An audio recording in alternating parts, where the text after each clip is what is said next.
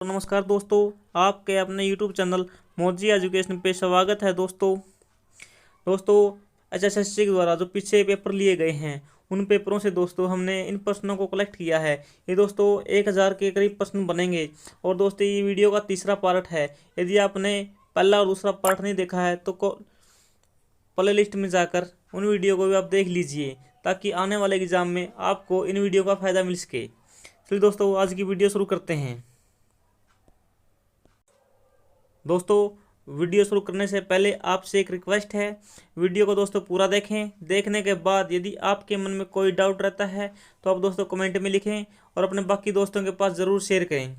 दोस्तों आपको पीडीएफ की बिल्कुल फ्री मिलेगी। तो दोस्तों पीडीएफ कब मिलेगी आपको, वो भी कहाँ से डाउनलोड करेंगे दोस्तों, ये वीडियो के अंत में आपको बताया जाएगा। इसीलिए आप वीडियो को अंत तक ज़रूर देखें। 1000 प्रश्नों की दोस्तों बिल्कुल फ्री पीडीएफ मिलेगी आपको प्रैक्टिस के लिए। एग्ज़ाम के वक्त आप इन प्रश्नों को अच्छे से पढ़ें। यदि इन प्रश्नों में से आपका कोई प्रश्न आता है तो प्रश्न 100% सही होगा। दोस्तों आपको पता है कि लोग पीडीएफ बेचते हैं। दोस्तों हम पीडीएफ बेचते नहीं हैं, बिल्कुल फ्री में देते हैं और फ्री में आपको मिलेगी। दोस्तों आपको जो ये प्रश्न करवाए जाएंगे ये पिछले पेपरों में 100% पूछे गए हैं। दोस्तों ये गारंटी है, जिसने पिछले पेपर किए उनको इस बात का पता है। और दोस्तों दूसरी बात, ये बिल्कुल एरर फ्री हैं। इनमें किसी प्रकार की गलती देखने को नहीं मिलेगी आपको। यदि कोई गलती रह जाती है तो उसको सुधार दिया जाएगा, आप कमेंट में लिखेंगे तो। प्रश्न नंबर 1 क्या है, हरियाणा सशस्त्र पुलिस में कुल कितनी बटालियन है। दोस्तों ये पुलिस एग्जाम में पूछा गया प्रश्न है और आगे भी पुलिस एग्जाम में प्रश्न पूछा जा सकता है। कितनी है दोस्तों, 5। लेकिन कमिश्नरी कितनी, 3 कमिश्नरी कौन सी है। अब दोस्तों 4 हो चुकी हैं, चौथी बनने लायक रही है। एग्जाम में आपसे 3 भी दी ऑप्शन में 3 हो सकती हैं, 4 भी हो सकती हैं। और दोस्तों एग्जामिनर पे डिपेंड करता है कि वो कौन सा आंसर सही मानेगा।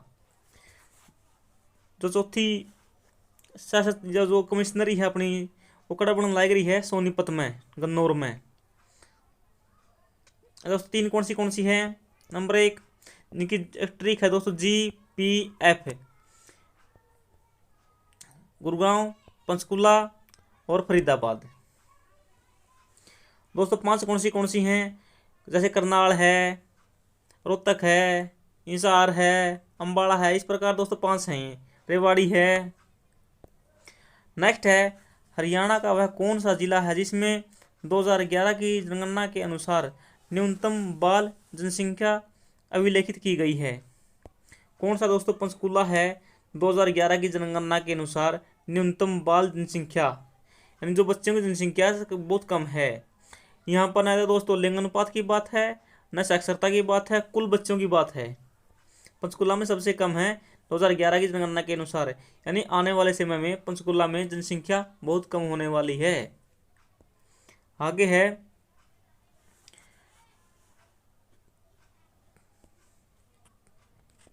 दोस्तों ये गलती से लिखा गया, यहाँ पर 15 नहीं है दोस्तों। यहाँ पर क्या, यहाँ पर है पंजाब। कई बार गूगल गलत कर देता है लिखते वक्त। पंजाब पुलिस नियम कब बनाए गए थे। ये दोस्तों पुलिस के एग्जाम में पूछा गया प्रश्न है 1934 में। जब टाइपिंग करते हैं तो गूगल इनको कई बार गलत कर देता है ऑटोमेटिक। हरियाणा में कृषि उपज को किस के तहत विनियमित किया गया है। पंजाब कृषि उत्पाद अधिनियम 1961। दोस्तों 1961 में ही हरियाणा का पहला सैनिक स्कूल बना था। कहाँ पर, करनाल, कुंजपुरा में, करनाल में। नेक्स्ट प्रश्न है, हरियाणा रोडवेज इंजीनियरिंग कॉरपोरेशन कहाँ स्थित है। दोस्तों ये मोस्ट प्रश्न मुझे एक है, इम्पोर्टेंट प्रश्नों में से एक प्रश्न है दोस्तों, क्योंकि जो मोस्टली हेडक्वार्टर होते हैं गुरुग्राम या चंडीगढ़, उसमें पंचकुला या चंडीगढ़ में होते हैं। लेकिन दोस्तों इसका हेडक्वार्टर कहाँ पर है, गुरुग्राम में है। किसका, Haryana roadways engineering corporation, Gurugram. Next प्रश्न है, हरियाणा में कितनी जिला जेल हैं। फ्रेंड्स उस समय प्रश्न पूछा गया 17 थी, लेकिन दोस्तों हाल ही में एक जेल का और उद्घाटन किया गया है। वर्तमान में जेलों की संख्या लगभग 18 हो गई है दोस्तों। बाकी आप इसको चेक कर लेना। दोस्तों वर्तमान में जिला जेल 19 हो गई हैं, 18 काटी 19 हो गई हैं। और साथियों ये तो जिला जेल हैं, लेकिन सेंट्रल जेल भी हैं हरियाणा में। कितनी? 3। तो 3 जोड़ दी कितनी की टोटल होगी? 22 जेल। यानी हरियाणा में 22 जिले हैं और 22 ही क्या जेल हैं। याद रखिए तो 22 जिले 22 जेल इन हरियाणा। नेक्स्ट प्रश्न है, ब्रिटिश सरकार ने अल्ताफ हुसैन होली को शेम उलमा की उपाधि कब दी थी? दोस्तों इंपॉर्टेंट प्रश्न है दोस्तों यो। कब दी थी? 1946 में। किसको? होली को। होली नाम से दोस्तों एक उर्दू का पुरस्कार दिया जाता है। होली नाम का एक स्कूल भी है दोस्तों। कहाँ पर है वो स्कूल? दोस्तों पानीपत में है। और दोस्तों इनका जन्म कब हुआ था? 1837 में। और मृत्यु कब हुई थी? 1914 में। आगे, नारनौल क्षेत्र के तीनों ओर से किस प्रदेश की सीमा लगती हैं?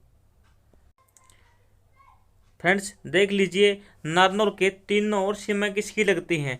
आपको मैप में दिखाई दे रहा है, ये रहा नारनौल। इसके तीनों ओर सीमा किसकी? इधर राजस्थान और इधर भी राजस्थान।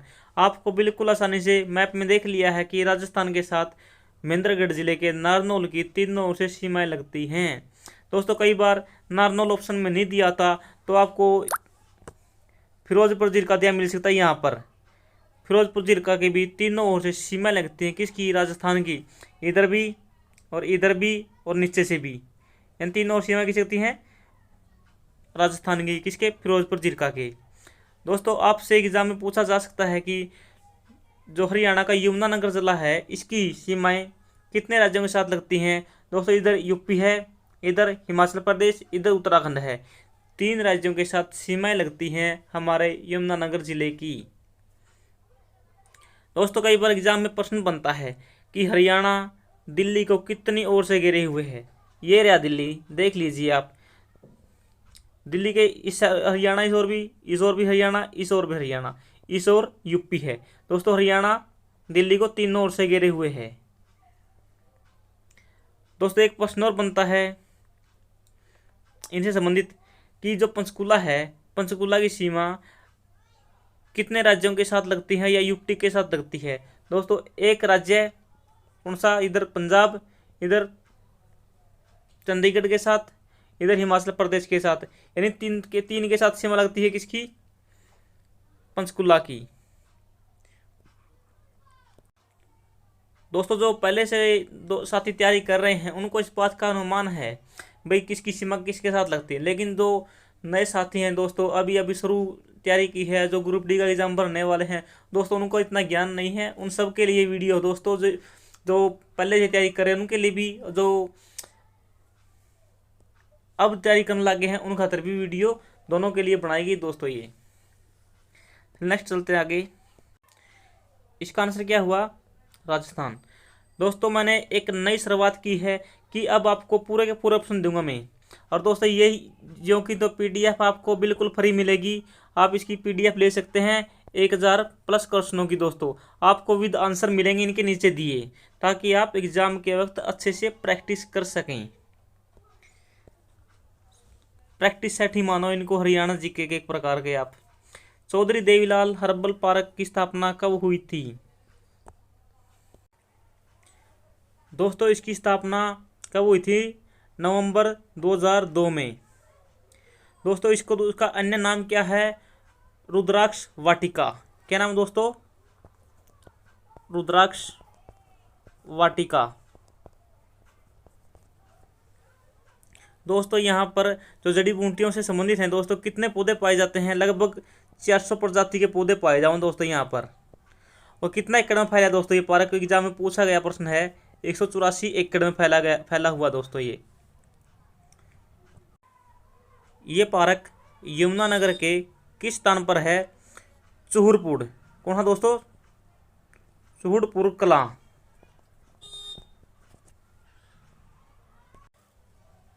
दोस्तों इसकी स्थापना आपको कई बार ऑप्शन में 2000 दिया ना मिले, 2001 भी दिया मिला सकता है दोस्तों। इसका आंसर 2001 भी सही होगा।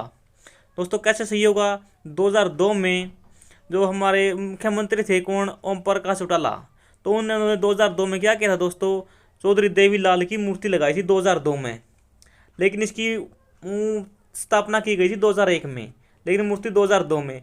लेकिन दोस्तों ऑप्शन में 2001 दिया नहीं मिलता है, इसीलिए आंसर 2002 होता है हमेशा, जो ऑप्शन में दिया था दोस्तों। लेकिन आपको एग्जाम में 2002 न दिया मिले तो आप आंसर लगाओगे 2001। और इससे संबंधित क्या प्रश्न बन सकते हैं, एक वो प्रश्न दोस्तों इससे बन सकता है कि चौधरी देवीलाल हर्बल पार्क में रुद्राक्ष का पेड़ किसने लगाया था दोस्तों। ये पौधा लगाया था जो भारत के पूर्व राष्ट्रपति हुए हैं APJ अब्दुल कलाम। APJ अब्दुल कलाम इन्होंने लगाया था दोस्तों। कब लगाया था, 19 अप्रैल 2003 को। कौन सा पौधा लगा था, रुद्राक्ष का पौधा लगा था। इनको दोस्तों द मिसाइल मैन भी कहा जाता है, इन मिसाइल की खोज की थी द मिसाइल मैन भी कहा जाता है APJ अब्दुल कलाम को। दोस्तों देख लीजिए हमने एक प्रश्न से कितने प्रश्न सोल्व किए हैं। आपके एग्जाम में इनमें से कोई ना कोई प्रश्न पक्का आएगा। नेक्स्ट प्रश्न पर चलते हैं। कुरुक्षेत्र दोस्तों ये सीट नहीं है, ये स्थित है, यानी कुरुक्षेत्र स्थित बिरला मंदिर किस सरोवर के निकट है। दोस्तों वीडियो को रोकिए, आप खुद इसका अनुमान लगाइए कि ये बिरला मंदिर कहाँ पर हो सकता है। उसके बाद वीडियो को आगे चलाइए और इसका आंसर देखिए कि आपको इसका आंसर आता है। आप इनको प्रैक्टिस सेट के रूप में लगाएं, न कि इनको केवल हल्के में लें, क्योंकि दोस्तों ये बहुत मुश्किल प्रश्न है जो आपको कंफ्यूज करते हैं एग्जाम में।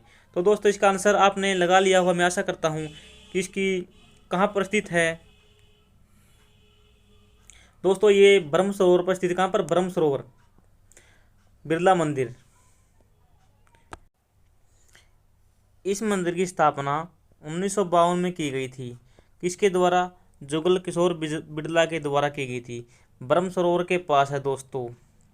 जब आप थानेसर का जो रेलवे स्टेशन है इस पर उतरोगे तो आप इधर जाए, ये इधर रास्ता निकलने का, इधर जाओगे तो इधर जाने के बाद आपको रास्ते में दिखाई मिलेगा कौन सा मंदिर है दोस्तों। इधर तो रास्ता जाएगा ब्रह्म सरोवर, इधर मंदिर है ये। इस मंदिर में दोस्तों ऐसे मंदिर, इस मंदिर में चारों दीवारों पर क्या लिखे, श्लोक लिखे हुए हैं दोस्तों, इसके भगवत गीता के। दोस्तों इस मंदिर में मैं गया हूँ, मैंने खुद देखा अपनी आंखों से।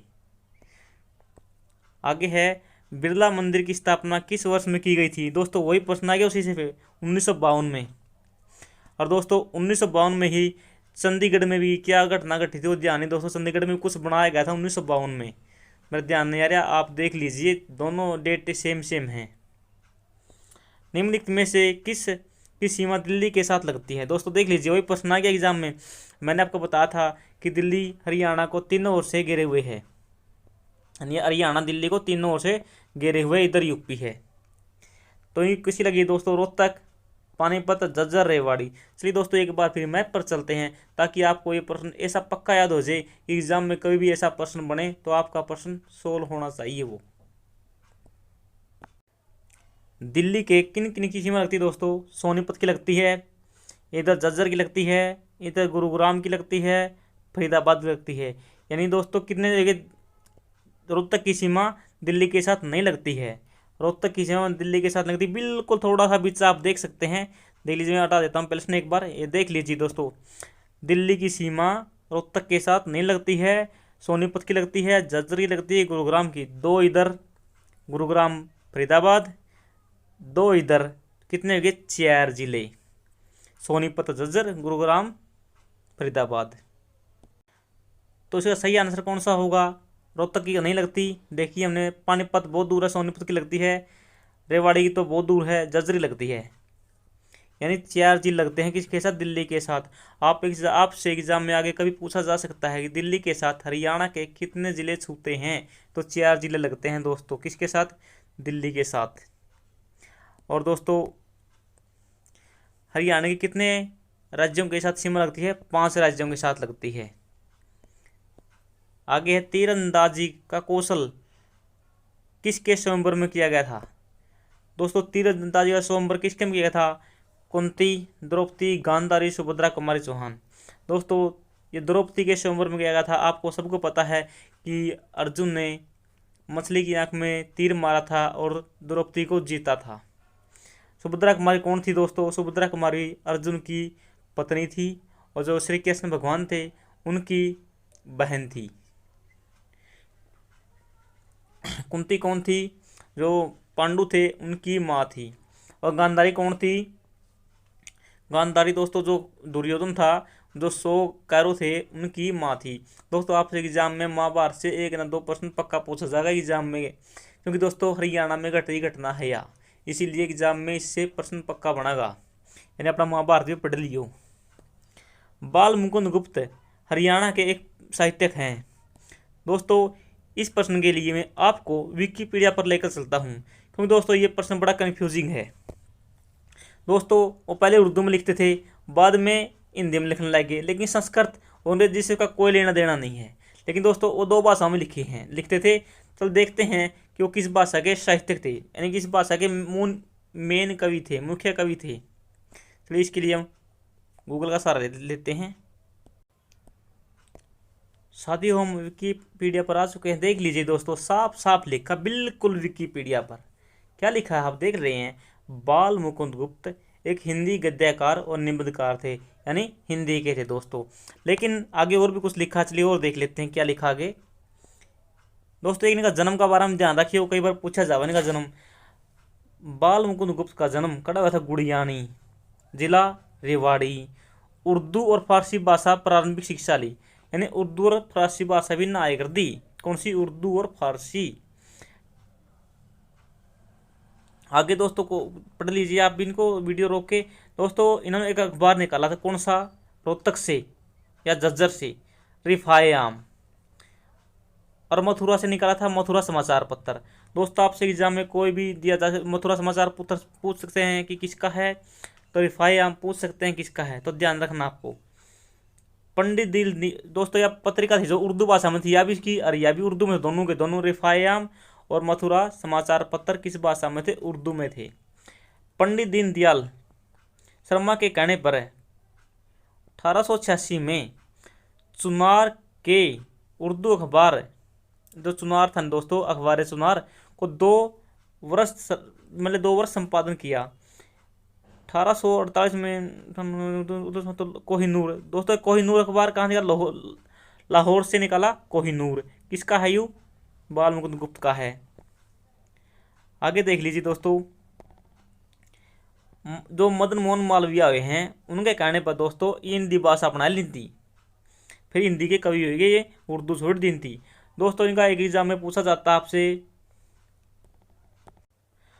आपसे एग्जाम में पूछा जा सकता है कि जो बाल मुकुंद गुप्त थे इनके गुरु का नाम क्या था, तो आप देख लीजिए इस लाइन में क्या लिखा है। काव्य गुरु स्वीकार किया किसको? प्रताप नारायण मिश्र को। आगे दोस्तों इन्होंने कौन सा अखबार निकाला? भारत प्रताप। एग्जाम में पूछा गया दोस्तों, ये उर्दू मासिक था। आगे है दोस्तों कौन सा निकाला? हिंदी बंगवासी, भारत मित्र। दोस्तों HSSC के ग्रुप डी के एग्जाम में पूछा गया प्रश्न है कि भारत मित्र समाचार पत्र या दोस्तों अखबार किसका था, या संपादन किसने किया था? बाल मुकुंद गुप्त ने किया था। दोस्तों आपको विकिपीडिया पर लेकर आने का मेरा मकसद ये है कि इससे संबंधित आपके एग्जाम में कोई भी प्रश्न आए तो 100% आपका हल होना चाहिए। दोस्तों ऐसे नहीं कि वीडियो देखिए इस बार छोड़िए, नहीं दोस्तों, इस वीडियो को 1 या 2 बार अच्छे से देखिए और एग्जाम में जो भी इनसे प्रश्न बने वो प्रश्न 100% आपका सही होना चाहिए दोस्तों, तभी वीडियो का मकसद पूरा होगा। क्योंकि दोस्तों आपको ऐसा यूट्यूब पर कोई भी नहीं कराना होगा जैसा मैं करा रहा हूँ आपको। चलो आगे देख लीजिए क्या है इसमें। दोस्तों बाकी आप वीडियो रोक कर पढ़ लीजिए, पूरे इसके बारे में पढ़ना चाहो जो आगे कुछ नहीं लिखे इसमें, बस जो मेन बात थी वो आली। इसकी रचना याद रखियो, इसके गुरु का नाम याद रखियो। दोस्तों एक एग्जाम में यहाँ से पूछा जाता भारत मित्र प्रौढ़ संपादक जीवन का निखार हुआ, यानी भारत मित्र संपादक के यही थे। अच्छा आगे क्या बात है? सरस्वती पत्रिका के संपादक महावीर प्रसाद द्विवेदी की नोकझोंक, लॉर्ड कर्जन की शासन नीति का दोस्तों ये पूछा जाता है। शिव शंभू के छिट्टे किसने लिखे? आपने देख लिया है, भारत किसने लिखे हैं? बाल मुकुंद गुप्त ने। किसके बारे में? लॉर्ड कर्जन के बारे में है। दोस्तों आगे क्या है, उर्दू बीबी के नाम एक चिट्ठी भी लिखी इन्होंने, यानी शिव शंभू के चिट्ठे उर्दू बीबी की चिट्ठी किसने लिखी आपको पता है दोस्तों। बस यही, इसके बारे में और आगे कुछ नहीं दिया है। इसकी रचनाएं आएगी, अगर प्रमुख रचनाएं देख लीजिए, क्या पता एग्जाम में कौन सी टपक जनमत है।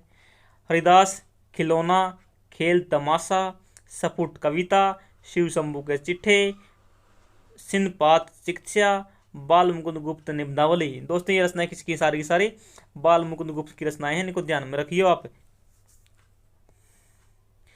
दोस्तों यदि YouTube पे आपको ऐसा कोई कराता हो, इस तो गारंटी है दोस्तों मेरी। चलिए नेक्स्ट प्रश्न पे चलते हैं। गगर नदी हरियाणा के किस जिले से नहीं बहती? तो थोड़ा सा कर लेते हैं। तो दोस्तों बताइए किस जिले से नहीं बहती? कैथल, फतेहाबाद, भिवानी, सिरसा। इसके लिए दोस्तों चलिए आपको एक बार फिर मैप पर लेकर चलता हूँ। दोस्तों ये प्रश्न आपको ऐसे याद करा दूंगा कि आप इनको जिंदगी भर भूलना भी चाहोगे नहीं तो भी नहीं भूल पाओगे, गारंटी है ये।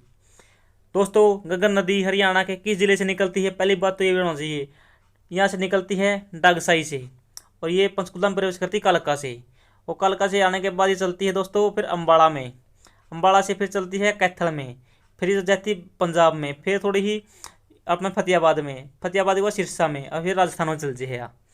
दोस्तों देख लीजिए कौन से जिले, सिरसा, फतेहाबाद, कैथल, दोस्तों उसके बाद है अम्बाड़ा और पंचकुला, ये जिले इसको स्पर्श करते हैं। तो दोस्तों भिवानी तो बहुत दूर हुआ, भिवानी तो इसका आंसर भिवानी है, यानी भिवानी नहीं छूता है किसको, गग्गर को। इसी प्रकार दोस्तों आपसे यमुना के पूछ सकते हैं, तो उनको भी ध्यान में रखिए आप। इसका आंसर होगा डी।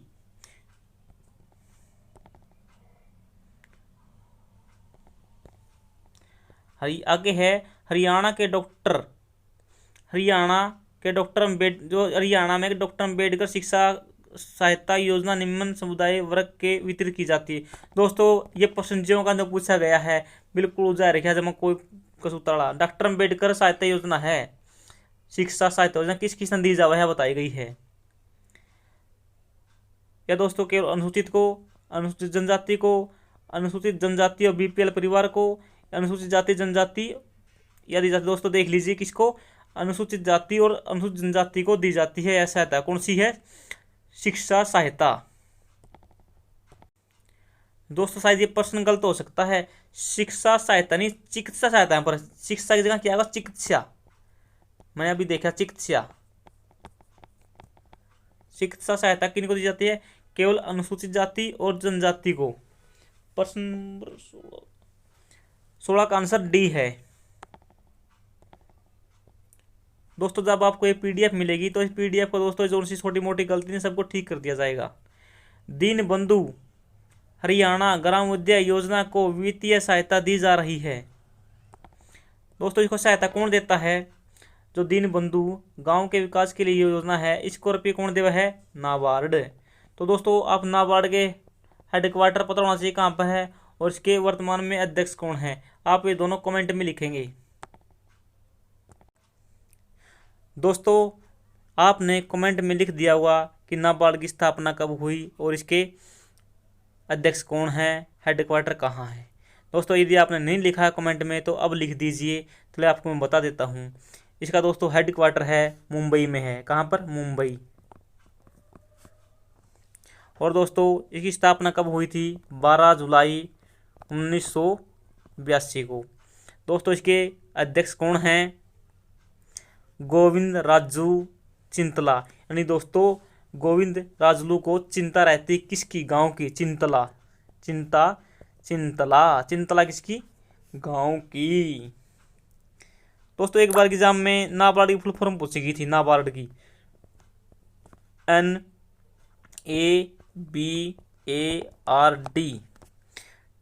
National agriculture bank. दोस्तों इसकी है रूरल डेवलपमेंट, राष्ट्रीय कृषि और ग्रामीण विकास बैंक। चलिए नेक्स्ट प्रश्न पर चलते हैं। हरियाणा की डॉक्टर अंबेडकर मेधावी छात्रवृत्ति योजना उन छात्रों को आवंटित की जाती है जो निम्नलिखित, दोस्तों ऊपर जो योजना थी वो दोस्तों चिकित्सा थी, शिक्षा ये आई है। इन दोनों योजनाओं को दोस्तों मैंने जानबूझ कर लिया है। आप एग्जाम में दोनों में से कोई एक मिलेगी, आप कंफ्यूज हो सकते हैं। तो दोस्तों किसको मिलती है सहायता? केवल इसका आंसर दोस्तों ग्रुप डी है, केवल अनुसूचित जाति या पिछड़ी जाति को मिलती है, एससी और ओबीसी को। दोस्तों ऊपर था जो उसमें ओबीसी नहीं था, उसमें केवल एससी एसटी था। आगे है सूरजकुंड किस शताब्दी में बनाया गया था? जो सूरजकुंड का निर्माण है वो किस शताब्दी में किया गया था दोस्तों? आपको पता है सूरजकुंड की स्थापना किसने की थी? अंगपाल तोमर या सूरजपाल तोमर मिल सकता है आपको, तोमर वंश ने। दोस्तों तोमर वंश से पहले अब बाद में कौन सा वंश आया था? चौहान वंश। चौहान वंश कौन था? पृथ्वीराज चौहान। ये था दोस्तों 1192 में मृत्यु हुई थी, लगभग 1100 मरया। दोस्तों ये कौन सा? 10वीं सदी में। तो इससे पहले कौन से दोस्तों? तोमर। तोमर कौन सी में हुए? 8वीं और 9वीं सदी में। तो दोस्तों इसका आंसर HSSC ने माना है 10वीं शताब्दी, लेकिन दोस्तों 10वीं शताब्दी इसका आंसर नहीं हो सकता है। इसका आंसर हो सकता है दोस्तों, हाँ दोस्तों ठीक है, 10वीं शताब्दी इसका आंसर ठीक है। 10वीं शताब्दी इसका आंसर ठीक है, बिल्कुल ओके है। 11वीं शताब्दी में तो फिर वो आ जाते हैं चौहान वंश। और दोस्तों 7वीं शताब्दी में कौन आ जाते हैं? 7वीं सदी में आते हैं हर्षवर्धन। हर्षवर्धन 7वीं में आता है। और 8वीं सदी में कौन आते हैं दोस्तों? हर्षवर्धन के बाद हरियाणा पे किसका राज होता है दोस्तों? हर्षवर्धन के बाद राज होता है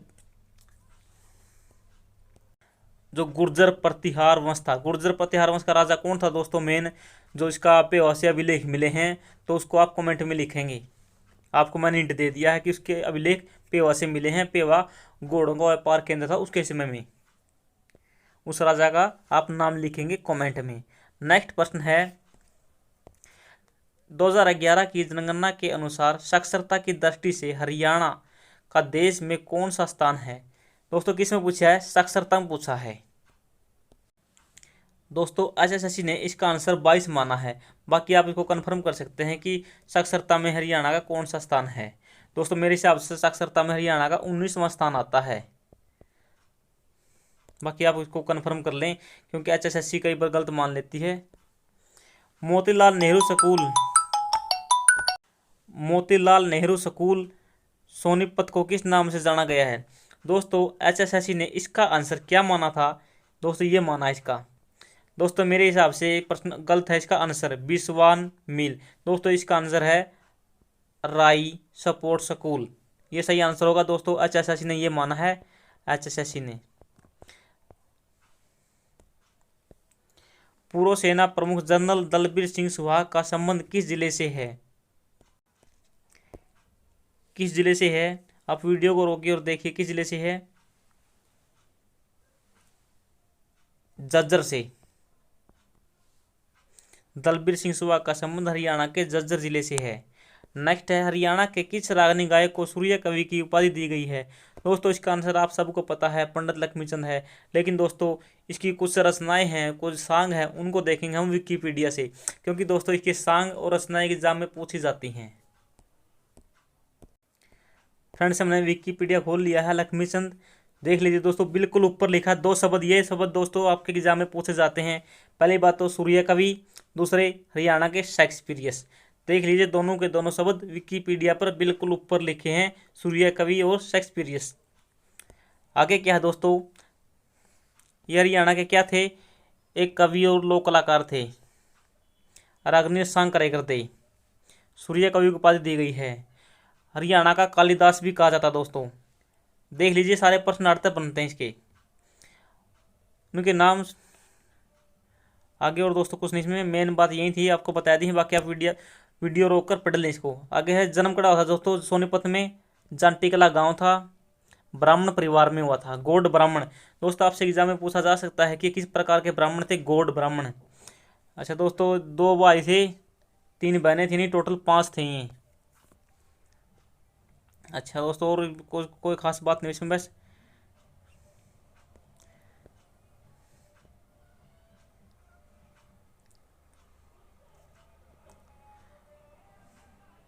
दोस्तों अब इनके सांग देखें कौन कौन से सांग हैं, क्योंकि दोस्तों एग्जाम में सांग पूछे जाते हैं कौन कौन से भाई सांग लक्ष्मीचंद का है, कौन सी रचना। दोस्तों ये देख लीजिए इसके इनके सांग हैं आपके सामने।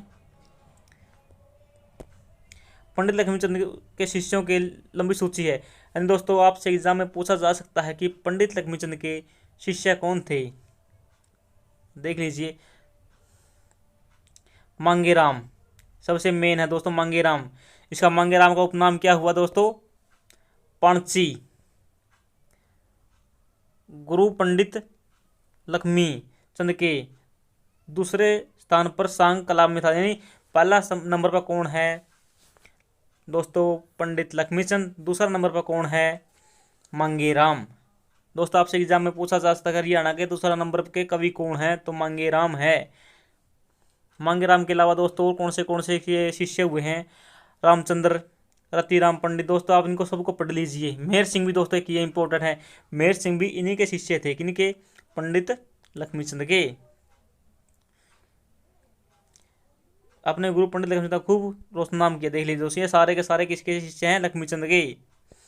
पंडित लक्ष्मीचंद ने अपने जीवन में दोस्तों कितने सांगों की रचना की, 2 दर्जन, यानी 24 सांगों की रचना की हैं, जो हमने मेन याद रखी है। नल दमयंती, हरिश्चंद, ताराचंद, नौटंकी, सत्यावन सावतरी, चीर परो, पूर्ण भगत, मेनका शकुंतला, मीराबाई, शाही लकड़ारा, किच्चक, पद्मावत, गोपीचंद, हीरामल जमाल, चंद्रकिरण, बीजा सोरठ, हीर रांझा, जानी चोर, सुल्तान निहालदे, राजा भोजदेव, आगे है भूप पुरंजन। दोस्तों और भी सांग है इसके आगे, और क्या है देख लीजिए इसके बारे में। बस और कोई खास बात नहीं है, यही बात थी इनकी, ये सांग पूछे जाए हैं एग्जाम में, तो इनका थोड़ा ध्यान रखें दोस्तों। इसका कि रखिए ध्यान, इनकी मृत्यु का वही 17 जुलाई 1945 को। कब, 17 जुलाई 1945 को इनकी मृत्यु हो गई थी। इनके पुत्र का नाम क्या है दोस्तों, जो आज का काम कर रहे हैं, सुपुत्र पंडित तुल्यराम। दोस्तों वे अपने दादा द्वारा बनाए गए सांग ताराचंद, शाही लकड़हारा, पूर्णमल, चाप सिंह, नौटंकी, मीराबाई, राजा नल, सत्यावन सावतरी, महाभारत, किस्सा, किच्चक, द्रौपदी, पद्मावत मंजन कर चुके हैं। दोस्तों ये जो इसका पुत्र है तुल्यराम, ये लक्ष्मीचंद के बनाए सांगा का आजकल मंचन कराए कड़ा सांग बनाए, जो जैसे दोस्तों आपको पता है लकड़ी के तख्तों पे किया जाता है, तो वहां पर मंचन करता है कौन, तुल्यराम। रचनाएं कौन सी दोस्तों की, दोस्तों एग्जाम में पूछी गई रचना इनमें से, तेरे रूप की चमक इसी जानू, तेज तेज चंग नौटंकी की है दोस्तों। गटा गटा हटा झटपट, घूंघट कर मत घोर अंधेरे की चक्की है। सीप में मोती पत्थर में हीरा, तू हीरे बीच कणी से, पद्मावत की है दोस्तों। आपसे एक दे दें कौन सी है भाई, पूछ लें किसकी है, याद रखियो ये। रूप के निशाने दोनों जानू, गोली चलाएं उनमें दोस्तों किसके, दमयंती की। बदन पे था गहना एक कड़ी, रूप जानू खिरी फुलकाड़ी, लवे विंडी ना दूर खड़ी, दूर तय हूर घूर के खाएगी पद्मावत का किस्सा पर दोस्तों रागनी।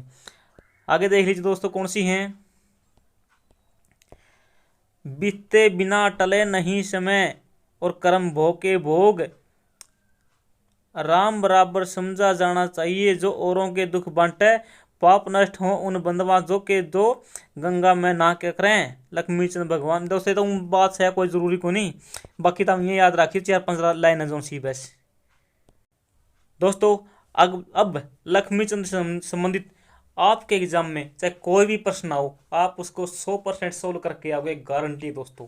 इस प्रकार पक्का काम बांधा, जो प्रश्न देखांगे करांगे, पक्का काम बांधांगे, कच्चा नहीं छोड़ांगे। हरियाणा में हल्दी के प्रमुख उत्पादक कौन कौन से राज्य हैं, जिले हैं, अंबाला और यमुनानगर। इसका आंसर बी ठीक है दोस्तों। कुरुक्षेत्र किसमें नंबर 1 है, आलू। आपको पता है करनाल का, कैथल का, कुरुक्षेत्र का, ये किसमें प्रसिद्ध हैं, ये हैं दान में। आगे कुषाण कालीन बौद्ध स्तूप भग्नावेश दोस्तों बहुत 8 प्रश्नों में से एक सही है। कहाँ से मिले हैं? करनाल के असंध, गरोंडा, नीलोखेड़ी, निसंग। दोस्तों ये मिले हैं असंध से। गरोंडा में क्या है दोस्तों? गरोंडा में एक सब्जी मंडी है, इजराइल के सहयोग से लगाई गई है। और नीलोखेड़ी में हेडक्वार्टर दोस्तों क्या का है? एक तो आलू अनुसंधान केंद्र है केंद्रीय स्तर का। दूसरी बात दोस्तों, जो अपने सरपंच है नहीं, इन तक प्रशिक्षण दिया जावा है, यानी पंचायतों को प्रशिक्षण देने का हेडक्वार्टर भी कड़ा है नीलोखेड़ी में है। नेक्स्ट प्रश्न है, रेवाड़ी की लाल मस्जिद किसके शासनकाल में बनी थी? किसके शासनकाल में बनी थी दोस्तों? देख लीजिए, ये आप अनुमान लगा सकते हैं। चलिए आगे चलते हैं। अकबर, जहांगीर, बाबर, इल्तुतमिश। दोस्तों ये अकबर के काल में बनी थी। कौन सी है दोस्तों? रेवाड़ी की लाल मस्जिद। दोस्तों आपसे एक रेड मस्जिद है, वो कहाँ पर है? रोहतक में है। वो पूछी जा सकती है एग्जाम में, थोड़ा ध्यान रखियो। रेड में और लाल में अंतर है, उसको सीधा रेड लिखा मिलेगा, इसको लाल लिखा गया है। नेक्स्ट है, सभी मुक्केबाज भिवानी से हैं सिवाय एक के। दिनेश, हवा सिंह, विजेंद्र सिंह, मनोज कुमार। दोस्तों दिनेश कुमार आपको पता है भिवानी से हैं मुक्केबाज। इन दोनों के दोनों मुक्केबाज हैं दोस्तों, कहाँ से? भिवानी से। विजेंद्र दोस्तों ओलंपिक में मेडल ले गया था, वो भी भिवानी के कालूवास से है। दोस्तों तीनों के तीनों क्या हैं? मुक्केबाज हैं। लेकिन मनोज कुमार मुक्केबाज नहीं हैं। तो दोस्तों फिर मनोज मुक्केबाज नहीं है तो किस खेल के खिलाड़ी हैं? दोस्तों आपको पता है HSSC है ये। दोस्तों आप यदि चेक करोगे गूगल पर तो मनोज कुमार भी किसके खिलाड़ी हैं? बॉक्सिंग के दिखाए गए हैं, यानी मुक्केबाज है दोस्तों, सारे के सारे मुक्केबाज हैं ये। लेकिन दोस्तों HSSC क्या पता दोस्तों कौन सा मनोज कुमार उठा रखे थी बेरानी। दोस्तों गूगल पर चेक करते हैं तो वहाँ पर भी मनोज कुमार बॉक्सिंग से दिखाया गया है। मैंने कई बार चेक कर लिया है, लेकिन दोस्तों इसका आंसर एक सभी गलत हैं दोस्तों मेरे हिसाब से। तो बाकी आप इनको चेक कर सकते हैं। यदि आपके एग्जाम में कभी प्रश्न आवे तो आप इसका मनोज कुमार लगाइए भाई, तारा प्रश्न ठीक हो जाएगा। क्योंकि दोस्तों HSSC है, जो पीछे सही माना है आगे भी उसी प्रश्न को सही मानती है, चाहे वो गलत हो चाहे ठीक हो। निम्नलिखित में से हरियाणा के कौन सी मुख्य नदी है? दोस्तों हरियाणा की मुख्य नदी कौन सी है? यमुना। लेकिन दोस्तों HSSC ने सरस्वती माना इसको।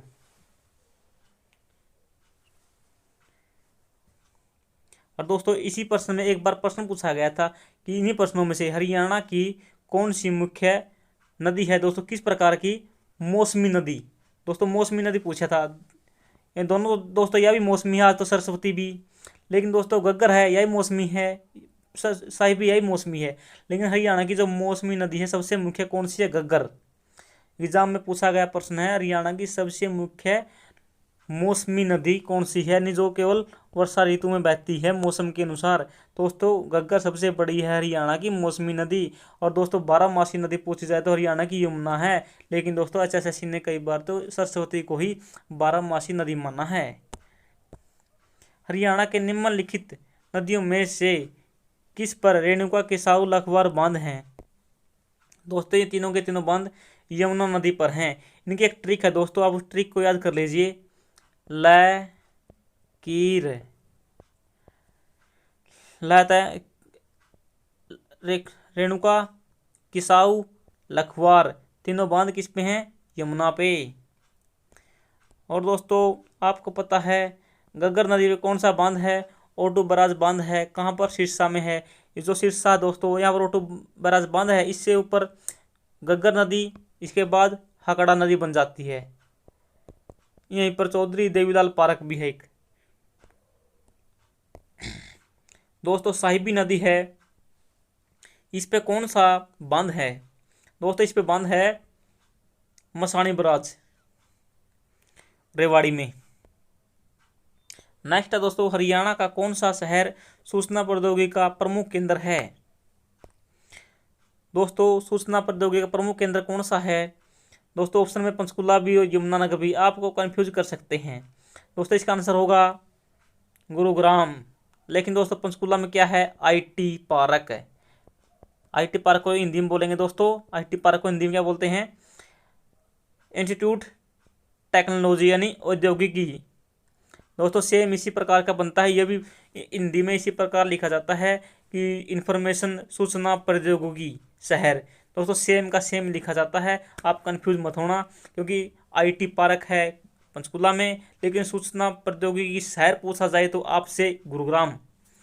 इन दोनों में आप कभी कंफ्यूज मत होना। दोस्तों पंचकुला वाला जो आईटी पार्क है, इसकी स्थापना कब हुई थी? 2007-8 में, यानी 2007 में शुरू हुई, 2008 में इसका निर्माण पूरा हुआ। इस प्रकार आपसे एग्जाम में 8 दिया मैंने, तो दोस्तों 8 को प्राथमिकता देनी है आपने, जब इसका जो निर्माण है पूरा हो चुका था 2008 में। दोस्तों बाकी प्रश्न हम अगली वीडियो में करेंगे। दोस्तों इन सभी प्रश्नों की आपको पीडीएफ मिलेगी, बिल्कुल फ्री मिलेगी। दोस्तों अपना टेलीग्राम ग्रुप है, ज्वाइन कर लो, आपको 1000 प्रश्नों की पीडीएफ बिल्कुल फ्री मिलेगी। दोस्तों एग्जाम का उसी को दोहरा के चले जाना। यदि किसी प्रश्न में आपको डाउट लगे, गलत आंसर लगे, तो आप गूगल पर चेक कर सकते हैं उसको, और दोस्तों कमेंट में लिख सकते हैं, उस प्रश्न का आंसर 100% दिया जाएगा आपका। चलिए अगली वीडियो में फिर मिलते हैं।